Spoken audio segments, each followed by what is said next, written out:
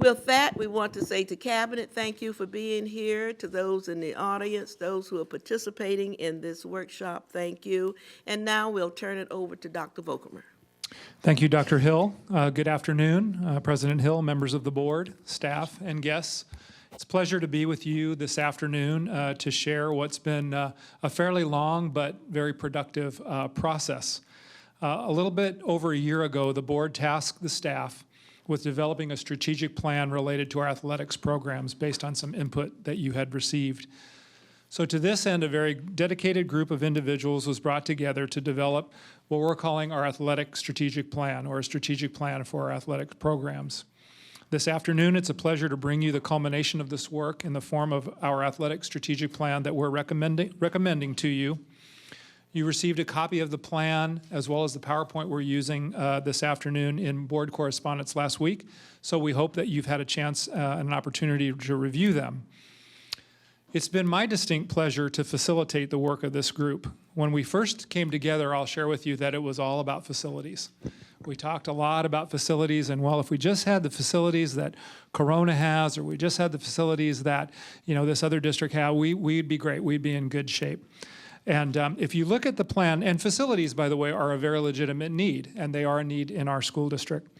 But if you look at the plan now, it stands for so much more. It's about more than bleachers and basketballs. It's about wellness, about school culture, life skills, academics in college, and of course, facilities and personnel. We're proud of the product that you have before you because it is centered on our beliefs and our values, and it's guided by a vision as to what the athletic experience can and should be and do to propel our students forward into college, into career, and into life. And that's whether they choose to continue to compete or not. I've been fortunate. My 6 kids are all athletes, and they've played from T-ball to Division I. 5 of them have competed collegiately, but 1 chose not to compete in college. And so whether they continue to compete after high school is really not the issue, although we want to help them do that if they so choose.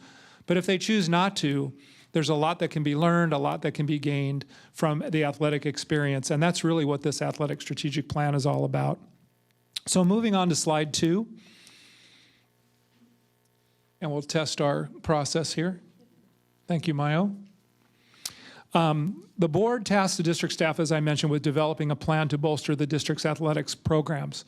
So our objective, the objective that the working team embraced, was to develop a plan to foster a world-class athletics program. To help us do this, on slides 3 and 4, you see the team that was originally brought together. And you'll notice that there are representatives from many different stakeholder groups.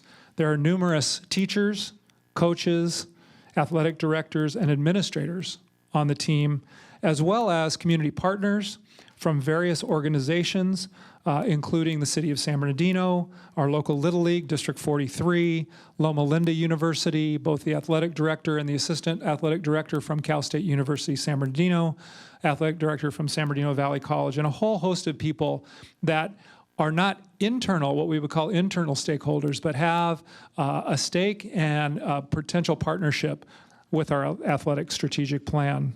So if you were a member of our athletic strategic plan, could you stand? They were all in the back, and I made them move all the way forward, so they moved all the way forward.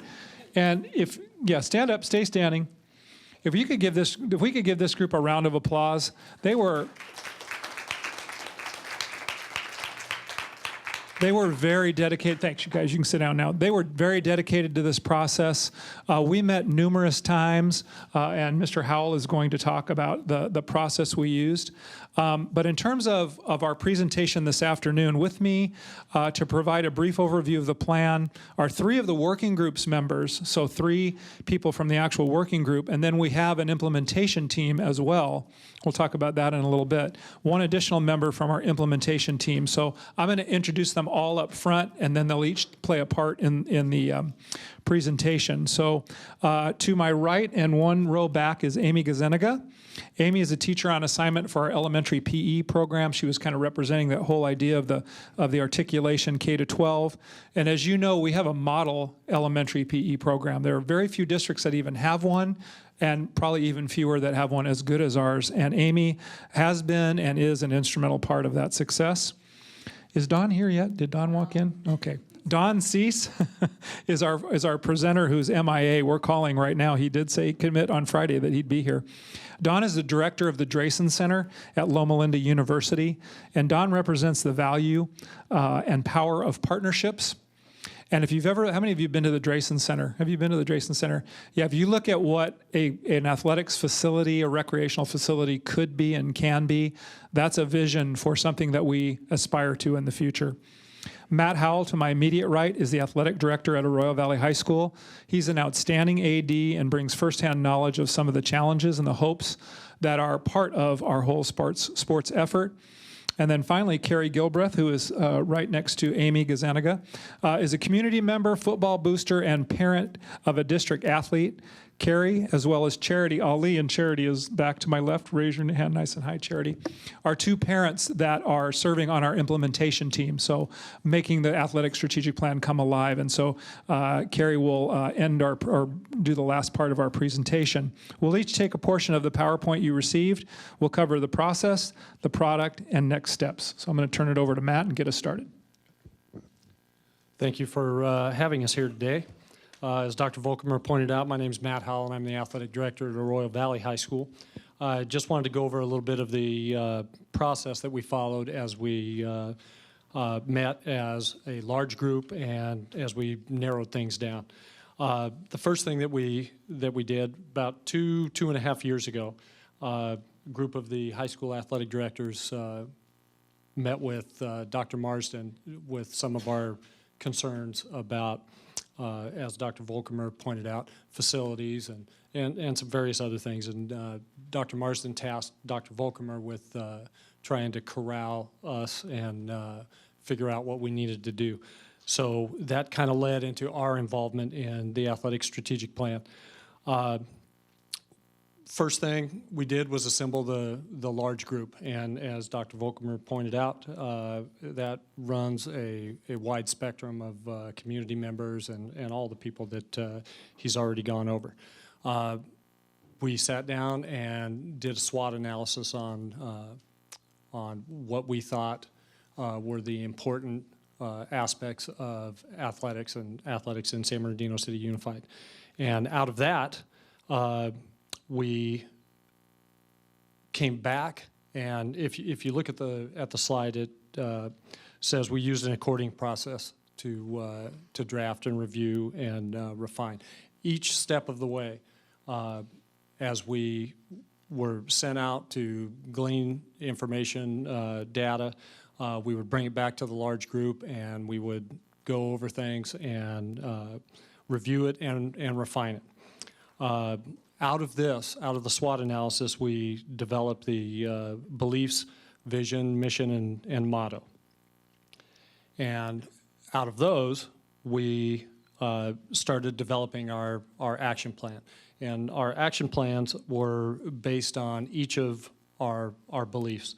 So if you refer to the handout, you can see those there.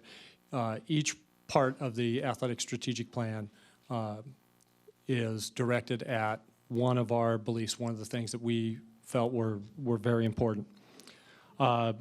After we would meet as a large team, we would hand over the findings and the information that we had gathered to a smaller team, kind of to wordsmith it and kind of clean it up, because it was there were quite a few people there. So they would bring it back, and that's the accordion process in practice. After we came up with a rough draft, each of the comprehensive high schools hosted a town hall meeting for parents, staff, community members, teachers, anybody that wanted to be there. An all call went out from the district inviting parents to each one of those, all the dates were given. So I know at ours, we had parents from Cajon, and at some of the other ones, there were parents from other schools that were unable to make it on certain nights. Also, the rough draft of the plan was placed on the district website, and notification was sent out that you could look at the plan on the website. And out of the town hall meetings, we addressed everything that parents or whoever was there, any questions that they had. We notated them and brought them back to the big group. Same thing with the website. You were able to ask questions, make comments on the website. And every bit of that feedback was used in the culmination of the final plan that you have before you. Great, thank you, Matt. So if you move on to the next page of your PowerPoint presentation, you'll see that the athletic strategic plan, we talk about the product, and you should have at your seat a copy of the actual plan. And so we're gonna split this up a little bit, and if Don doesn't show up, I'll be pinch hitting, to use an athletics term, for him. We started with beliefs. We looked at our SWOT analysis. We said, what are our strengths and our weaknesses in terms of the athletics program currently, and what opportunities and threats are there out there? Where can we partner? So what can we do with Little League? What can we do with AYSO? How do we start our own club programs? What role can Cal State play in our athletics programs, et cetera? We really spent a lot of time taking what was in our SWOT analysis and saying, what does that tell us about what we believe? And so you see on the very first page of the athletic strategic plan, the belief statements, and I won't read them all, but the first one says athletics play an important role in school climate and culture. So I remember a high school principal once telling me, Harold, as your football season goes, so goes your school year. That's an absolute quote, word for word quote. And I said, really? And she said, yeah. If you have a great football season, everything else falls into place. If you don't win your football games, it just kind of puts a damper on the school year because it's the first, major sport of the year, and everything else is an uphill battle. So it does play a huge part in school climate and culture. We looked at all of those 6 belief statements, what people might call a value statement. We developed a vision that what do we want for the future? And I want to just point out very quickly, what do we want for our student athletes? Because this is really all about student athletes. So directing your attention to the vision statement, our student athletes will be personally ethical, scholastically successful, and athletically competitive.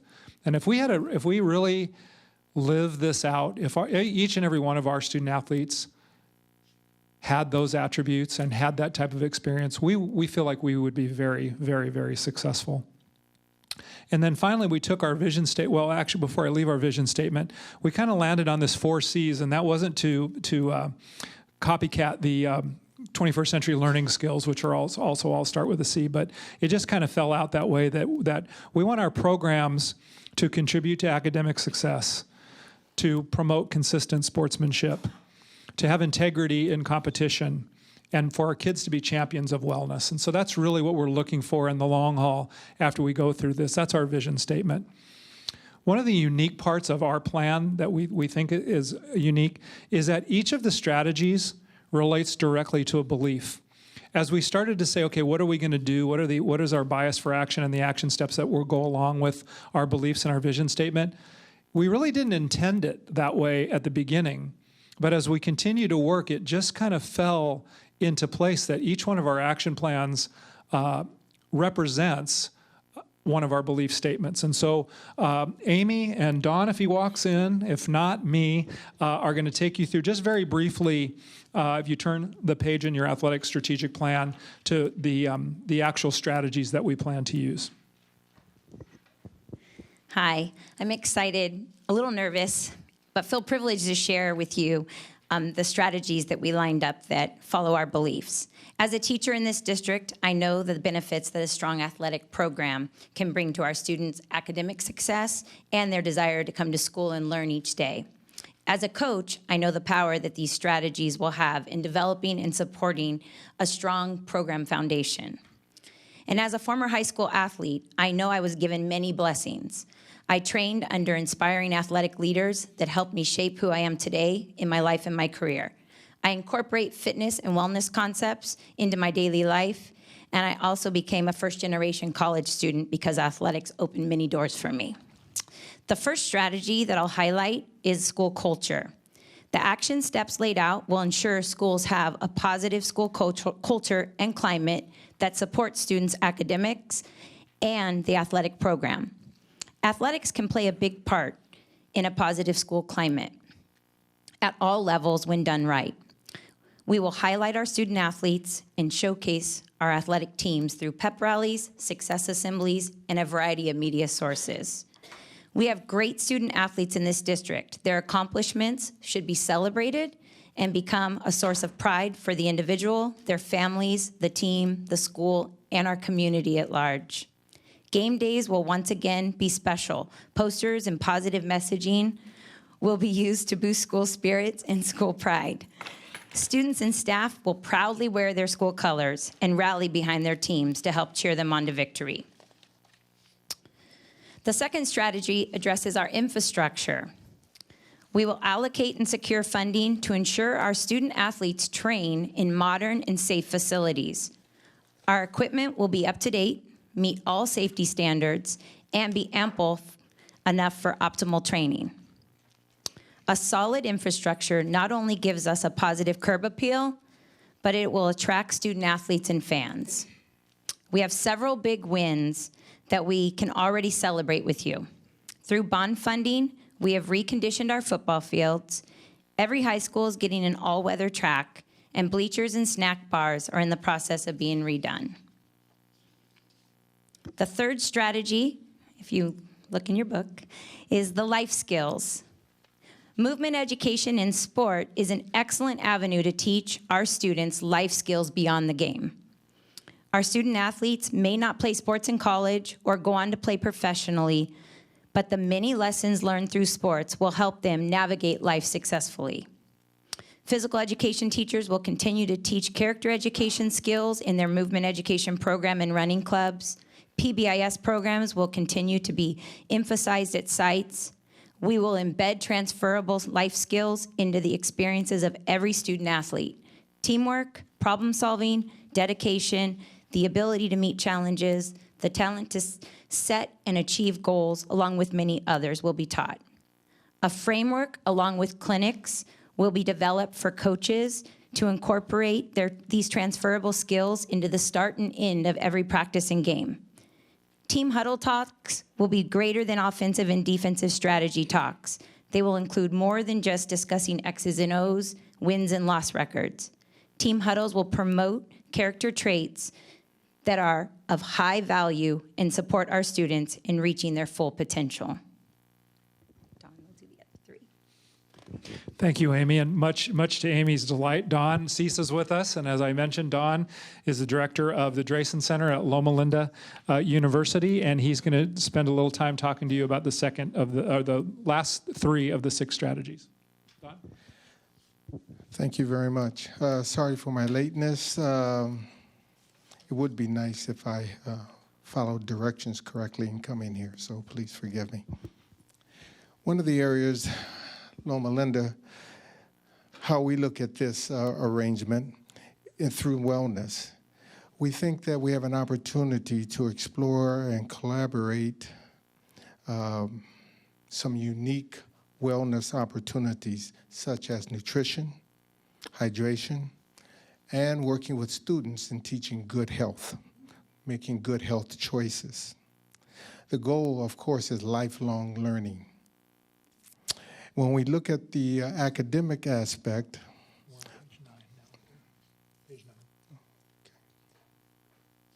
okay, from the academics, academic and college section on page 9, when we look at academics, we think there are many avenues to higher education. One of the springboards of higher education has been athletics. And we feel that a student involved in the athletic aspect would be able to be made, we would be sensitive to any special needs that they may have when they are having difficulties in the classroom. Sorry, my notes, I'm just kind of getting them a little twisted here. If I can move forward as well, looking at quality, looking at personnel, looking at personnel, one of the most important aspects is coaching. To be able to find, working with HR, the top coaches, being able to bring coaches internally up through the ranks. John Wooden indicates that in the book They Call Me Coach. He always believed that he was a teacher first, that his skills that he could teach in sports, as well as adaptability, reliability, and integrity, were extremely, extremely important. So the hiring of quality coaches, we think, would be very, very important. A coach with a tremendous enthusiasm, one who loves the battle, but yet plays by the rules, we see as very important. Teaching players to play as a team is also vital, because sooner or later, they will end up on a team. I thank you very much. Thank you, Don. And I'm going to invite Carrie up here, who's going to take you through the next slide in terms of next steps.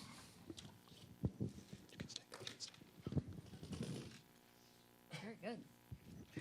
Well, first of all, I want to thank the board. As a parent, as a business owner, and as a student, or alumni, not a student anymore, for the board to give the direction to be able to put this strategic planning committee in place. What this will allow you to do, or what it allows the district to do, is to give some pretty outstanding, very outstanding athletic directors and teachers that I'm lucky enough to be surrounded by right now, the tools that they need to make this an all-star city school district. And so for that, I thank you, and I thank all of you for what you do for us. So where do we go from here? Well, to start off, we're going to work through an implementation team. I was not part of the strategic planning committee, but I'm very thankful that I was invited to participate in the implementation process. That speaks directly to how strong of leadership committee this is, that you represent the diversity and balance needed to be successful in a program like this as we move forward.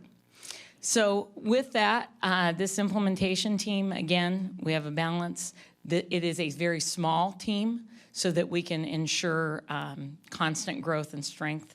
As you see in front of you, we have a lot of deliverables to be able to move forward on, because a plan is only as good as its implementation and the reality that comes from it. So we're delivering. Designing progress and the monitoring system that goes along with that. We're going to be meeting monthly to make ourselves accountable. We had a meeting this month tied to the high school athletic program. Next month is middle school athletics. One of the things that I can tell you, and I'm not going to mention who on this side of me was teaching when I was in school, because I'm not going to age anybody, including myself. But the middle school sports program was a pillar, and there was not a district that could model it or replicate it, and it kept our kids in our schools and excited about our schools for high school. And that gives us the opportunity to do this again this year. So in January, we will be meeting on that and moving forward. Deciding on the fund expenditures, that becomes a priority in terms of what is needed. What are the wants, the needs? What are the essentials? What are the would like to haves? What makes us strong? What makes us great? Those are the things that we're going to be working on right now, and we'd like to thank the board up front for releasing the money that you've already allocated toward this, because it'll be able to go a long way and we'll be able to take it even further. So we appreciate that. And then lastly, it's about keeping the dream alive. You know, at the beginning of this board meeting, Dr. Hill made a very good statement when she was talking about her reflections, and she talked about sometimes it's good to chase an underdog and not the top dog. Well, you know what? We are the top dog, but we do have the perception of being an underdog. And so we owe it to ourselves, we owe it to the students who feel the need to transfer out of our district, that we can keep our kids here and that we can excel beyond. Because as we look at the studies, our student athletes are the strongest in terms of being able to move forward and have the involved families to back it. So as I said before, as a business owner, as a parent, as an alum, I'm glad to have my son here, future daughter here. I want to say thank you to you. We will be giving updates as they move forward. And most importantly, I want to say thank you to the people around me, because if it weren't for them, our kids wouldn't be where they are. And with the right tools, imagine where they can go from here. So thank you very much. Thank you, Carrie. So just a couple comments before we open it up to questions by the board. You can stay if you want. Help us. Amy mentioned some early wins, and I wanted to add to that just a little bit. And I wanted to thank John publicly, but he stepped out. Through our bond, if you go to San Bernardino High School right now, you'll see that the sod has been laid. They have virtually a brand new football field.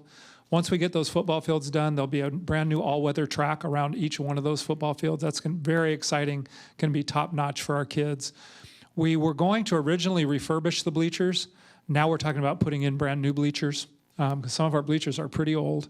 And with that comes re-leveling and that, well, unless they have fairly new bleachers. So the plan is every school that will have some strong level of facility. And then I'm pleased to announce that the middle school sports program, which has taken a kind of a circuitous route for all of us who went through the budget cuts over those years, we did cut the middle school sports program significantly, changed it over to CAPS leadership.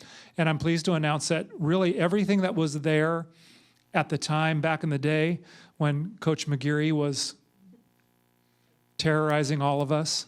Although I will say that my claim to fame as a middle school principal is that my first year at Shandon Hills did win more championships that year than Golden Valley. Only year it ever happened, I believe, but I'll never let him forget that, just in teasing. So our middle school sports program is moving right back up to where it was. Assemblymember Mark Steinnorth actually did a Stuff the Bus campaign for our school district on athletic supplies and materials, equipment.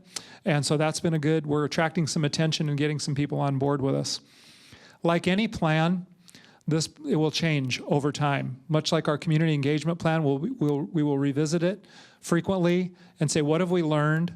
What that we planned worked and we want to continue? What that we planned did not work? And what did we not plan that we should have in the first place? And that's just a natural part of any strategic planning process. So what you see before you is what we believe is the best first course of action that we can take. You will have an action item, or there is an action item agendized under consent for the athletic strategic plan. After having had a chance to read it and hear about it, we hope you are as excited about the potential it holds as we are. And now we'd love to open it up for questions that you may have. Thank you. I want to first, on behalf of the board, say thank you so much for your presentation. Coming from the different aspects of the community and the community involvement. And we'll start with Mr. Tillman.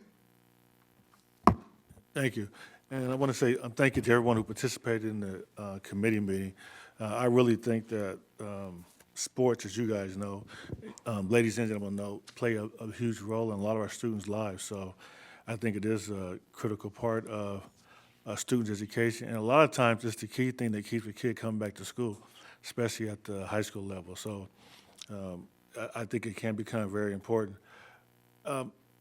In the plan, I know for me, I wish we had a list of items with costs associated with them and prioritized so that when the board is creating the budget for next fiscal year, we can look to see things that we may be able to spend money on and make it a top priority for ourselves. If we don't have that, then there's no way of us playing that role.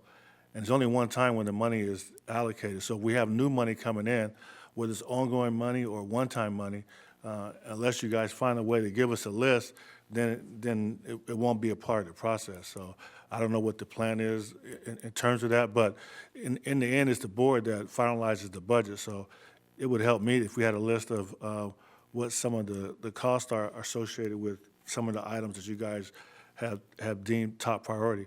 And because I have the audience, you know, there's two things that are very important to me. Number one, I know because I have a son even now that participates in football, that there's a lot of pressure put on the students to raise money. If there's some way that we could know how much money these programs need, then during that budget process, we may not even be able to do it for every year, but there'll be times that we can say as a board, we're going to pay for some of these things that'll help you guys buy your uniforms and that type of thing. So I just hope that you guys come to us with a list of items and costs so we can help augment that. This is a unique time because the district is actually getting new money, and that doesn't happen a lot of times. So there might be some big ticket items that we can help pay for out of general fund money using one-time money, but we have to have the list in front of us. And then the second. Mr. Tillman, if I may. Yes. If you look on page 4 of the athletic strategic plan, you'll see that action 1 is to conduct a comprehensive needs assessment for equipment and facilities. Okay. We're knee-deep in that process right now. Actually, the ADs with Ray Culberson's leadership had already been working on that. Okay. So what we're looking at is what is a baseline? What does it take to fund our athletic programs just in terms of having enough baseballs for the baseball game, you know, adequate facilities, et cetera. And so we're far along in that process. Mr. Culberson and Matt and I are meeting, I think, in a week and a half or 2 weeks to really get in depth on that so we can bring you a very thoughtful and reasonable ask or approach. You remember, the board has allocated $500,000 Right. each of 3 years, so we have $1.5 million. We'll look at where that goes and what the priorities are for that and anything we may need on top of that. So we're tracking right along with you. Okay. And then, you know, we talked about the bond money and how the bond money was used to pay for new fields and new tracks.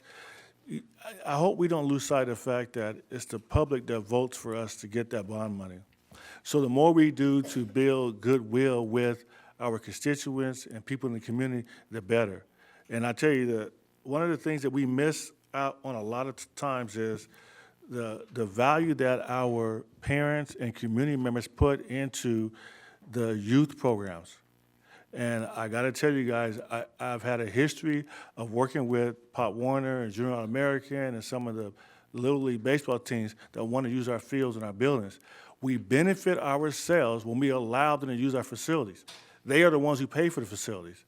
When we take the approach that these facilities are only for high schools, we do ourselves a disservice. Now, I do understand that if you allow additional teams to use those facilities, that it costs more money.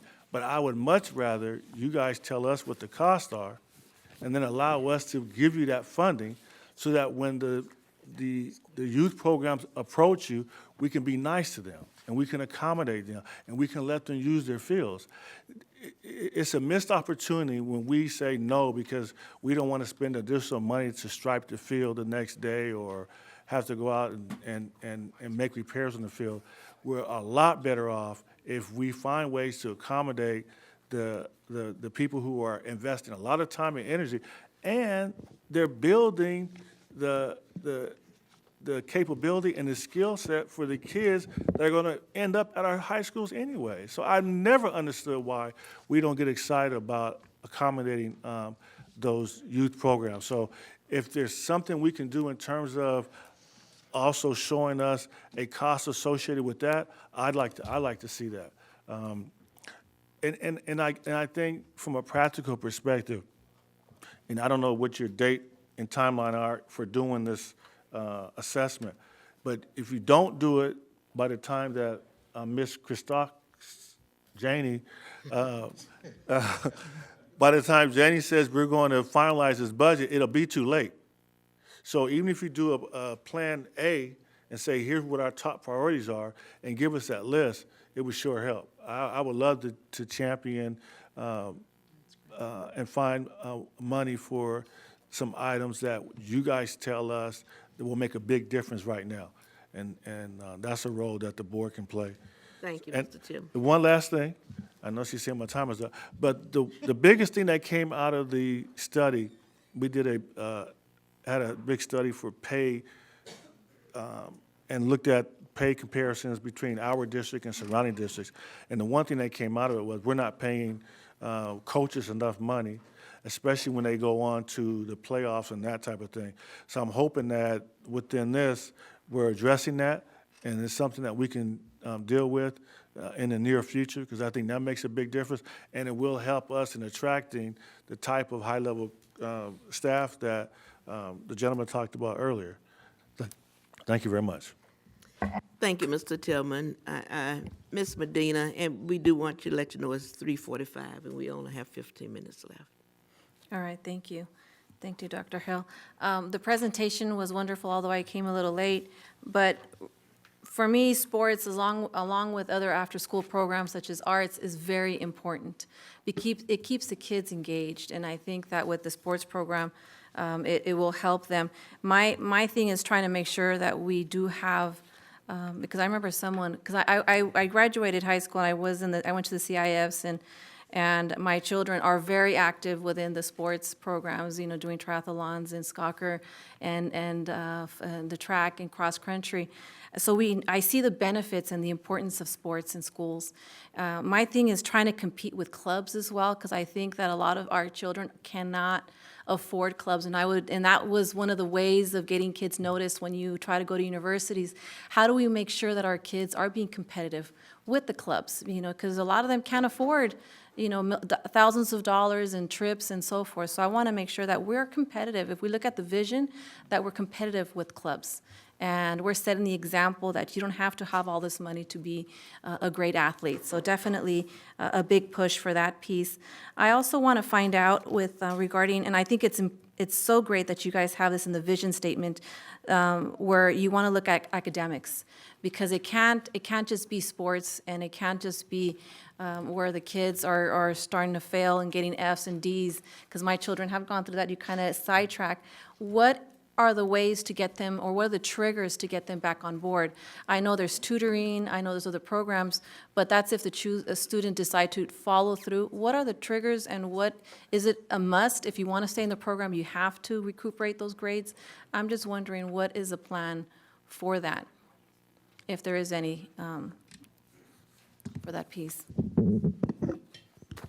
So, Ms. Medina, I would direct your attention to page, if you give me just a second. Is it page 8? Because I was looking at that. 8 and 9? Yeah, and basically what you're saying is that if students are not eligible, they can't compete anyway. If they're not taking care of their business in Right, class, right. then obviously we have multiple problems. They're not being academically successful, and they're not allowed to compete either. So if you look at number 5, just as an example, and I won't take you through the whole plan. Okay. But it says align tutoring services with the hours needed by student athletes. Many times, the specific times when we offer tutoring services are the exact times when they're practicing Exactly. right I after know. I school. was struggling with my kids. It's like you need Yeah. the help, but you're not able to do so. Exactly. So we have to think outside the box. We need to think of a different model in terms of meeting their needs if they're having academic struggles. Right. So I just point that out as an example of where we're tracking with you. We know what you're talking about in terms of having to have those supports ready for kids that complement their athletics participation. Okay, perfect. Well, I appreciate it. Definitely, we want to be competitive, and I think we're going to do great with this program. And I know many of the coaches when my children were in elementary in Boniol, and Mr. G and Richardson. So I trust that we're going to have one of those those excellent athletic programs. So thank you. Okay, thank you. Ms. Rogers? Yes, great presentation. Want to say that I realize that athletics are important, and I actually circled on my questions come from the academic page, as Ms. Medina mentioned, and I had circled 2 and 3, and I just wanted to I guess, touch on making sure as we look at this from the academic perspective, that it's consistent across the board. I've had kids in sports, and, sometimes there's those moments of, we're just going to allow this one to do it. And either we're going to be consistent, because we want in your vision, I believe, or at the beginning, we talked about scholar athletes. So that's very important to say that we are looking at that from both directions. And we're not looking to say, well, this student is great on the field, and so we're kind of going to let it slide or slip. So I am concerned about that. My other question then, for the sake of time, comes from infrastructure. And we were talking about the bleachers. And I know one of the problems that we have been looking at is when it comes to graduation as well. So I don't know even the size of bleachers. Is there a standard size or something like that? But I know I've been in meetings where the discussion has been to move graduation somewhere else. But then a lot of parents sometimes do not want to do that for the history of my mother's mother's mother graduated here. So in considering, the bleacher size, is that going to be something? And that's kind of what I wanted to touch on, but great presentation. But if you would take those things under consideration. Certainly. Thank you, Mr. Rogers. Dr. Flores? Yes, it was a great presentation. I'm glad that we have this finally. It's taken such a long time. I think the board wanted this done, a year and a half ago? We requested it about a year and a half ago. So I'm glad it's comprehensive, and I thank you all for participating. I am, too, a champion of sports. My daughter went through San Bernardino City Unified School. She was a scholar athlete, Gwen. She benefited very greatly from the sports program, both in soccer, tennis, and softball. And so it was really, really great. And I know that we're competitive. I know all of those things. I have 5 comments, and I want to reiterate what Mr. Tillman said. We need a budget. We need your priorities. We will be getting additional money. And in order for our kids to be competitive, they have to feel, not just look good, but feel it, but also know that we support them and that we support you. That was one thing. We really need those priorities and the amounts so that we can support you. And like Mr. Tillman said, we're the ones that decide where the money goes. So please know that we're serious in doing that. Secondly, the coach's salaries, they're abysmal. When you look at your salaries in this area and other areas, it's shameful, actually. It doesn't even come close to crediting you for all the work that you do. I know it's, even when we give you the additional salary raises, it won't even account for all the extra hours that you do. I also know that you all give out of your pockets. You buy kids shoes, you buy them socks, you buy them uniforms, you buy them balls, etc. I don't think you should be doing that. I think we, as a district, now have the money, and we need to support you in those areas. Thirdly, I want our kids to look sharp. I want our kids to look stellar. And that means uniforms, not hand-me-downs, not, I know that some other schools have given us uniforms. That's unacceptable. We need to have our own uniforms. We need to look good. We need to have that. In terms of providing meals for our kids, because they can't go home, they shouldn't, our parents can't afford for them to have meals. I know I've donated money. I told Dr. Marsden I've donated money so that our kids could have food, because from lunch to going to the game and then afterwards, that's unacceptable. So I think we need to do that. We need to also provide incentives. I see that you have this in here, incentives in every aspect, not just for the kids in terms of but also for you.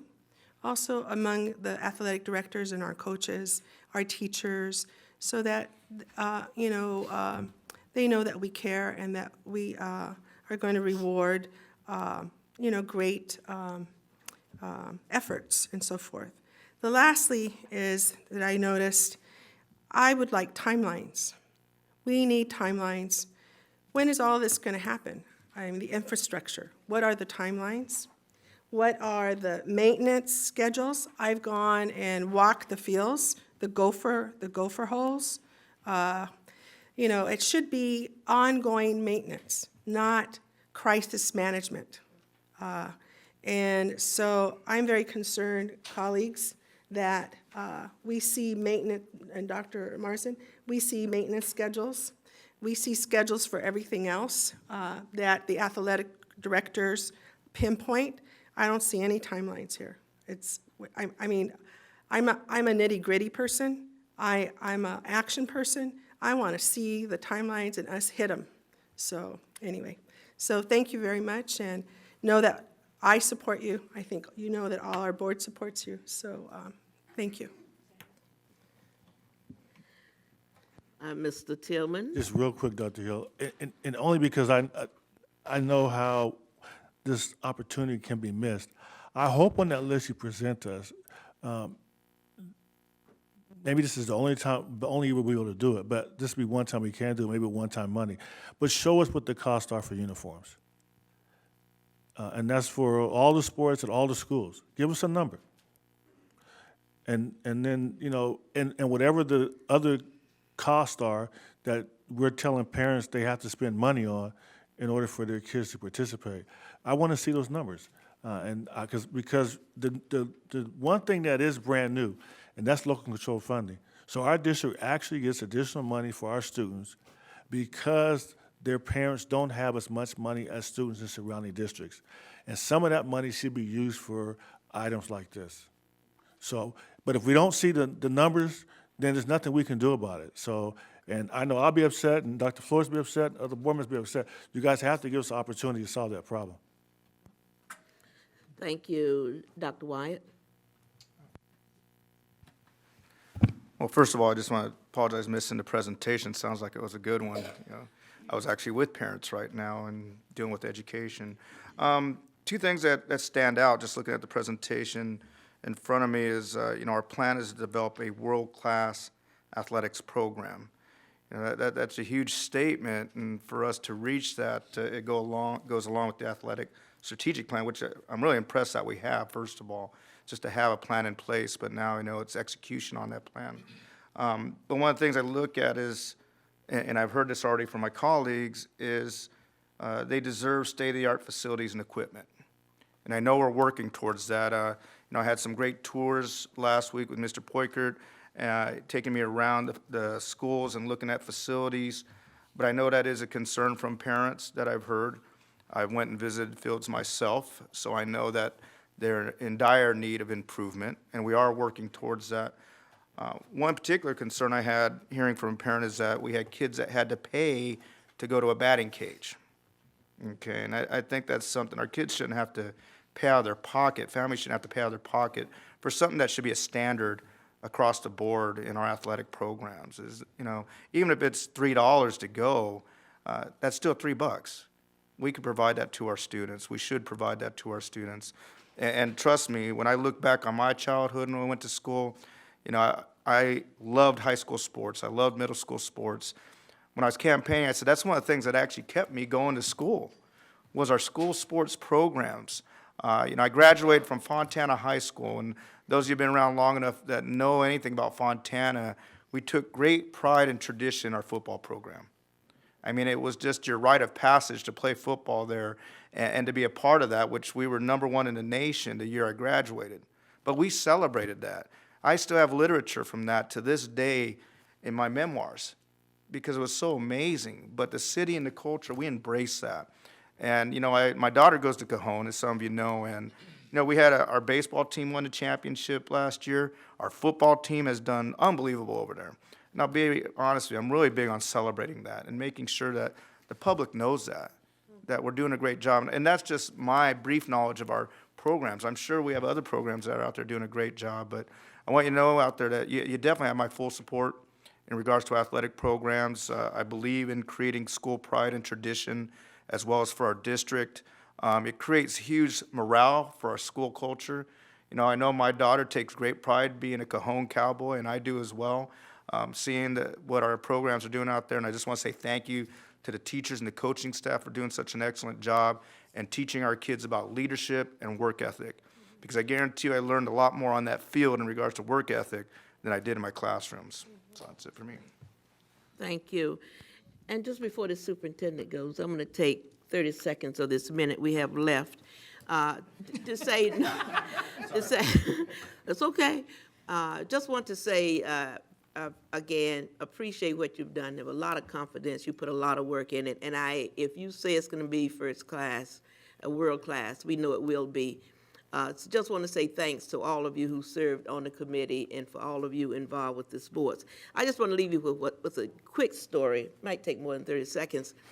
But I was at Meatless Cafe one day, and I heard this gentleman near the door said, she's on the school board. So I looked around, and I was the only one in there on the school board. I said, they're talking about me. So as I get ready to leave, it was about 6 or 8 men sitting there. And I nodded to acknowledge them, and one said, aren't you Mrs. Hill? And I said, yes. He said, do you have a minute? I need to talk to you about something. I said, sure. He said, I graduated from San Bernardino High School in 1964. And I said, well, you know, that's where I first started teaching. And he said, well, the reason I stopped you is I was one of the best baseball players in the state. When I went to school my senior year, they wanted me to play football. And I said, no, I want to play baseball because that's what I'm good at. And because I would not sign up to play football, he said they wouldn't allow me to play baseball and did not give me my letter. And he said, I want my letter. And I'm sharing this with you to let you know how important this is, because one of the guys said, he said, I can't believe you stopped there for that. He said, no, I want my letter because I earned it. And I did. I called the superintendent, and we're going to get him his letter. We're going to get it. But I just want you to know how important this is to kids, what you're doing. So that's the story I want to share. So thank you. Dr. Marsden.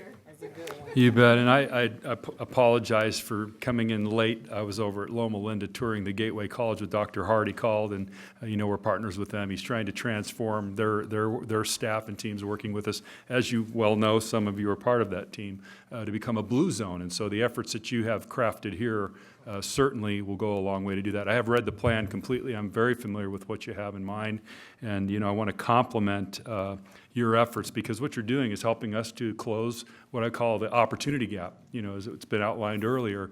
I know for my own daughter, when we look at team to team when they're playing volleyball, we look at who's had the, team experiences outside of club volleyball or club sports, and you see our own teams, very few do, and almost all the other team members do. And so how do we create a system that, when we started this out, the conversation was we want to be like Texas, start in elementary school, and your plan addresses that. You have parameters in play for elementary school, middle school students. You have articulation conversations designed between elementary and middle. You're creating a comprehensive, world-class system that I believe will be second to none. I thank our athletic directors, our coaches, our community partners, Mr. Cease, Mrs. Gilbreth, and many others that have been intimate members with us in this planning process. So I have great confidence that we're going to do very well because of the planning that you've put forward. So thank you very much for your work. It's to be complimented. And I know this will be a model for others. I'm not aware of other districts who've taken on this kind of a heavy lift to really have a clear and comprehensive plan for how they proceed forward. So this is our first draft, if you will, and now we will put some sticks and drywall to it and begin to make this thing, construct it like you see the Loma Linda facility. You'll start seeing this thing taking shape. So thank you very much. And Dr. Volkmer, thank you for your leadership of this effort as well. Let's give them a round of applause.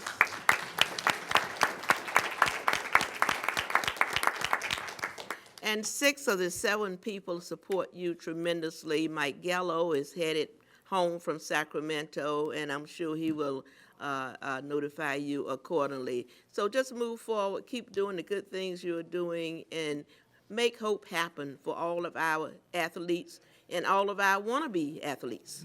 Thank you so much, and thanks for the great presentation. And we will start our reception here immediately.